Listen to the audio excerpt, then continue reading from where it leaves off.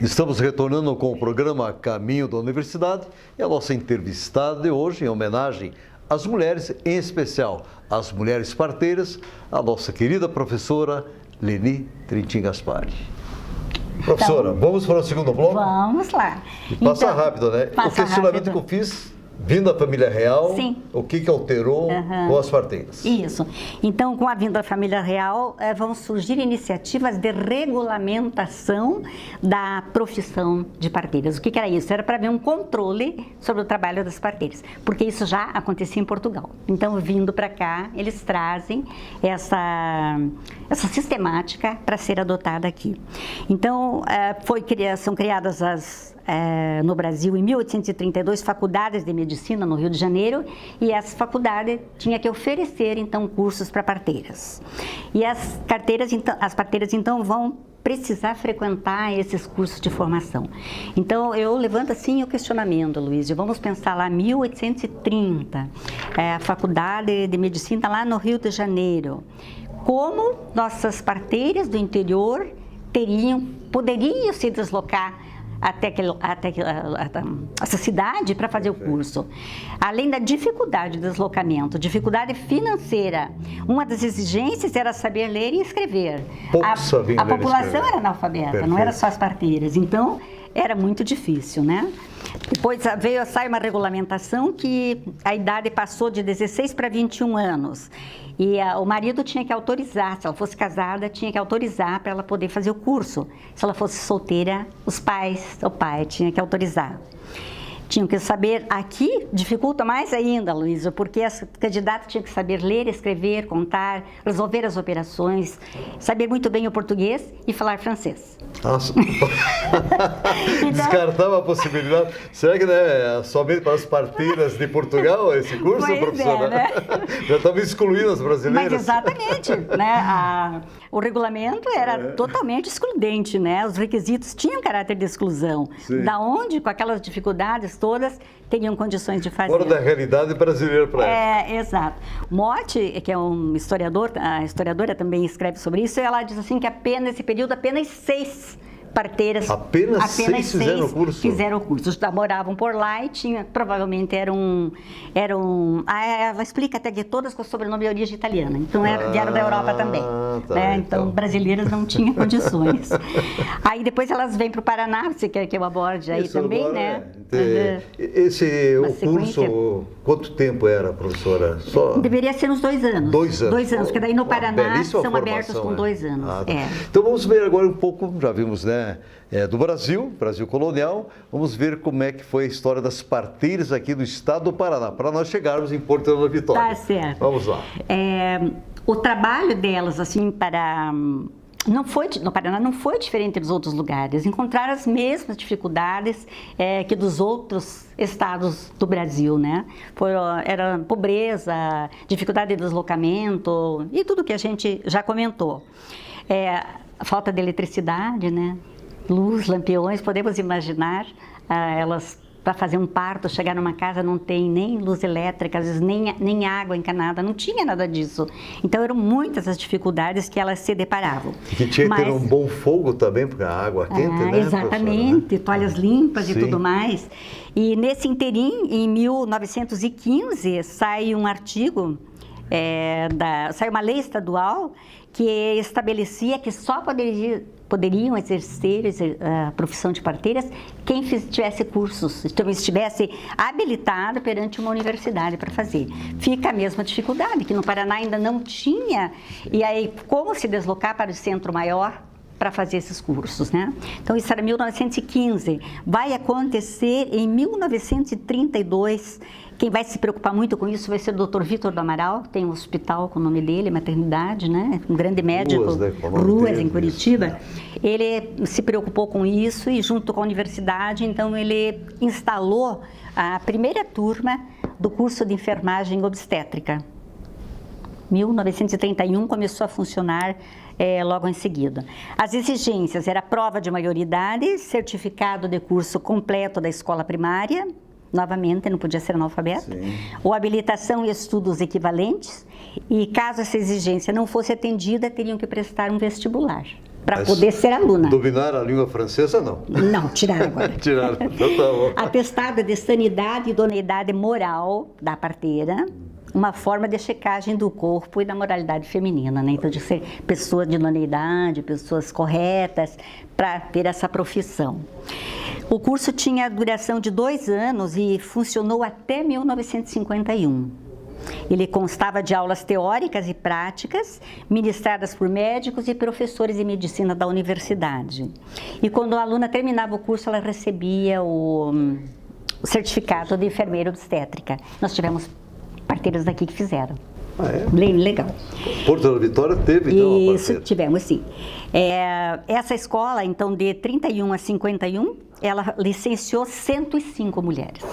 Já, ainda é pouco para a demanda, mas Se olharmos já está... Exato. a extensão territorial do próprio estado do Paraná. Isso, mas já começou a melhorar, né?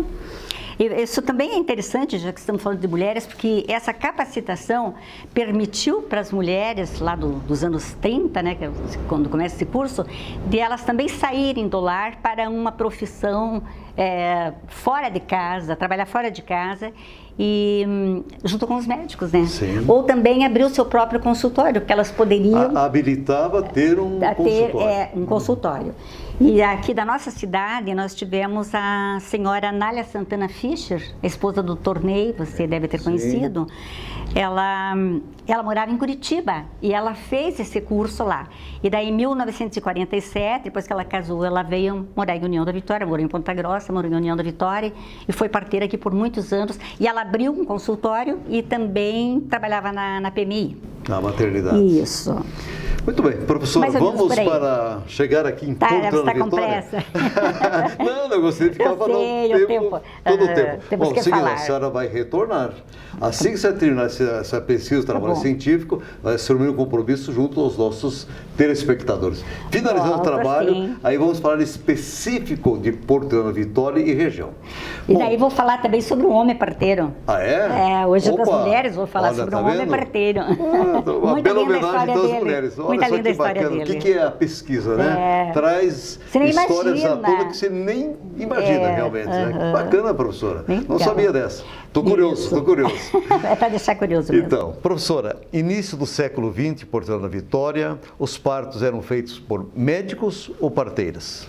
Pelos dois. Ah, pelos dois. Pelos dois. Pela que a gente encontra, se veja, em 1920, Porto União tinha o Hospital São Brás e lá já tinha a presença do Dr. Limonge, que também era parteiro. E eu encontrei no jornal O Município de 1929 propaganda. Então, é que ele é como médico parteiro. E também no Comércio de 1936 eu encontrei uma propaganda do Dr. Saturnino von Kerstin Maisonetti. Ele ficou muitos anos aqui, ele também era médico parteiro. Também era advogado e também era músico. Olha, Bem músico, ocupado. advogado e médico. Médico parteiro. Então, se existiam esses médicos parteiros, provavelmente alguns partos eles faziam. Agora, assim, enquanto historiadora, a hipótese que eu levanto é que a maioria das mulheres, a maioria dos partos eram feitos com as parteiras. Com as parteiras. Por quê?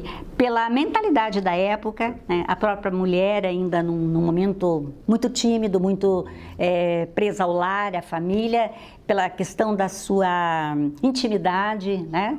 Então, eu acredito que a maioria dos partos eram por parteiras.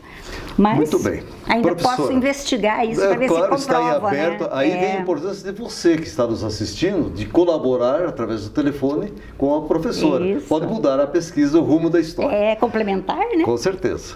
Professora Lili, apontamentos históricos de 1933 de Cleto da Silva, ele afirma ali que havia 2 parteiras. Só tem alguma questão histórica em relação a esses nomes? Então, sim, é o seguinte, ele afirma que em 1933 nós tínhamos 2 parteiras na cidade. Ele não cita nomes. Ele não cita nomes. Então, eu fui em busca das parteiras mais antigas e eu encontrei 3, até o momento, as 3 que eu encontrei, que são as mais antigas, que eu acredito que 2 dessas sejam as senhoras a que ele se refere. Uma delas é a senhora Maria Carrer Save, chamada também de Dona Venésia, a nona, como fala o neto dela, o senhor Save, né? Foi interessante que eu encontrei no nosso arquivo de documentos da Alve, eu encontrei uma foto dela com os netinhos, e aí conversando com ele, ele me passou a história dela. Ela chegou em União da Vitória em 1886, casada já, né? Tinha casado ali. E ela, são-se 1886, ela estava já aqui em União da Vitória e já começando a trabalhar com partos. Em 1933, que o Cleto se refere, provavelmente ela estava atuando ainda. Perfeito. Ela estava atuando, então há uma possibilidade que ela seja uma das que o Cleto falou. A outra senhora que eu também penso nessa possibilidade é a senhora Catarina Ethel. E-T-H-E-L. Dela eu encontrei muito pouca coisa, só encontrei no jornal O Comércio, de 1951, que ela faz um agradecimento para a população que ela está se aposentando. Então, ela se aposenta com 69 anos, no ano de 1959, com 68 anos, ela está deixando a cidade, parou de trabalhar e indicou a filha dela no lugar. Então, também está dentro desse período, né? Porque 68 anos, 59, em 33 ela era jovem. Com certeza. Então, poderia ter sido ela também. E a outra senhora que eu também vejo que estaria enquadrada nessa citação do Cleto, pena que ele não colocou os nomes, né? É uma pena. Agora nós colocamos os nomes direitinho. A senhora tem essa responsabilidade. De resgatar. Então, seria a avó Carlotinha, ou também chamada Carlota, né? Pioli, também apelidada de Dona Cegonha, pelo amor que ela tinha nos bebês. Ela começou a trabalhar em 1909, assim, em famílias. Primeiro com os filhos dela, sim, ela atendeu eles mesmos. Em 1925 ela começa no hospital e trabalhou até 1960. Então, 25 ela está no hospital. Também em 33 ela era parteira. São as parteiras que eu achei que pode estar ali. Muito bem. Professora, nós temos que finalizar, infelizmente, temos que finalizar, mas a senhora falou da Dona Save, eu moro na rua João Save, esposo da parteira. Isso. Olha só, que coincidência. Eu gostaria que a senhora mencionasse nomes de parteiras que a senhora já constatou e está pesquisando. De repente, através do programa de hoje, poderemos ter mais nomes que ainda não veio à tona. Por gentileza, para que nós possamos finalizar o programa. Já escrevi, né? Já pesquisei, já entrevistei, já escrevi sobre a dona Anália Santana Fischer, dona Sinharinha Guedes Ciola, a dona Marta Francisca Thomas, a parteira Zelir Pellegrini, a tia Sani, isso. Nossa comendadora da Alve. Nossa comendadora, exatamente. No dia da comenda ela faleceu. Faleceu, infelizmente, né? Foi bem indicada. Eu sei. A parteira Zulmira dos Santos Voldan, muito querida, nós chamamos ela de Tia Azul, ela tem uma história linda também, ficou um lindo trabalho. Quase todas elas eu escrevi umas 5 páginas. Daqui de União seriam, neste momento, estas senhoras. E nós entrevistamos também umas senhoras de São Miguel da Serra, de Matos Costa e de General Carneiro, também, que também eu estou construindo os textos, né? Muito bem. E do homem também, que eu vou deixar E do homem também. Com certeza irá aparecer novos nomes, com certeza. Com a colaboração da população através da TV 1000. Então, queremos agradecer a todas as mulheres maravilhosas, a senhora, nossa equipe de mulheres da TV 1000, e em especial minha querida mãe, Olga Ayub Vichuk, que realmente teve 7 filhos, 6 com parteiras e o último no hospital. Sua mensagem aos nossos telespectadores. Fica o meu abraço a todas as mulheres de Porto União e União da Vitória, as mulheres guerreiras, professoras, educadoras, vendedoras, diaristas, domésticas, secretárias e médicas e todas as demais profissões. A todas o meu abraço e, em especial, a minha mensagem, então, já que falamos das parteiras, é para as nossas queridas parteiras, para as parteiras que eu entrevistei, para as familiares das parteiras com quem eu conversei, que foram tão gentis e tão queridas e me dando as informações em meio ao mesmo tempo que a sua memória revivia os pensamentos, as lembranças das pessoas queridas, também elas se emocionavam e eu junto, porque o historiador não fica alheio ao que o seu entrevistando está sentindo. Então, eu gostaria de homenagear com algumas palavras, pelas dificuldades que elas tiveram e também pelo grande amor que elas tinham pela profissão. Nos atendimentos domiciliares, muitas delas, para o deslocamento, iam a pé, a cavalo, de carroças, charretes, bicicleta, táxi, quando era possível. Dona Sinharinha narrou que muitas vezes o táxi parava no caminho, ela descia os barrancos na madrugada, com a iluminação apenas do farol do carro. E dentro das casas dos casebres realizavam parto à luz de lampiões, ajoelhadas no chão, pois muitas vezes nem cama havia para as pobres parturientes. Fatos como esses foram constantes na profissão de todas elas. Outras parteiras, não importava a hora, utilizando canoas, faziam a travessia do Rio Iguaçu, tendo em vista que, dependendo do lugar que ela necessitava ir, não havia pontes.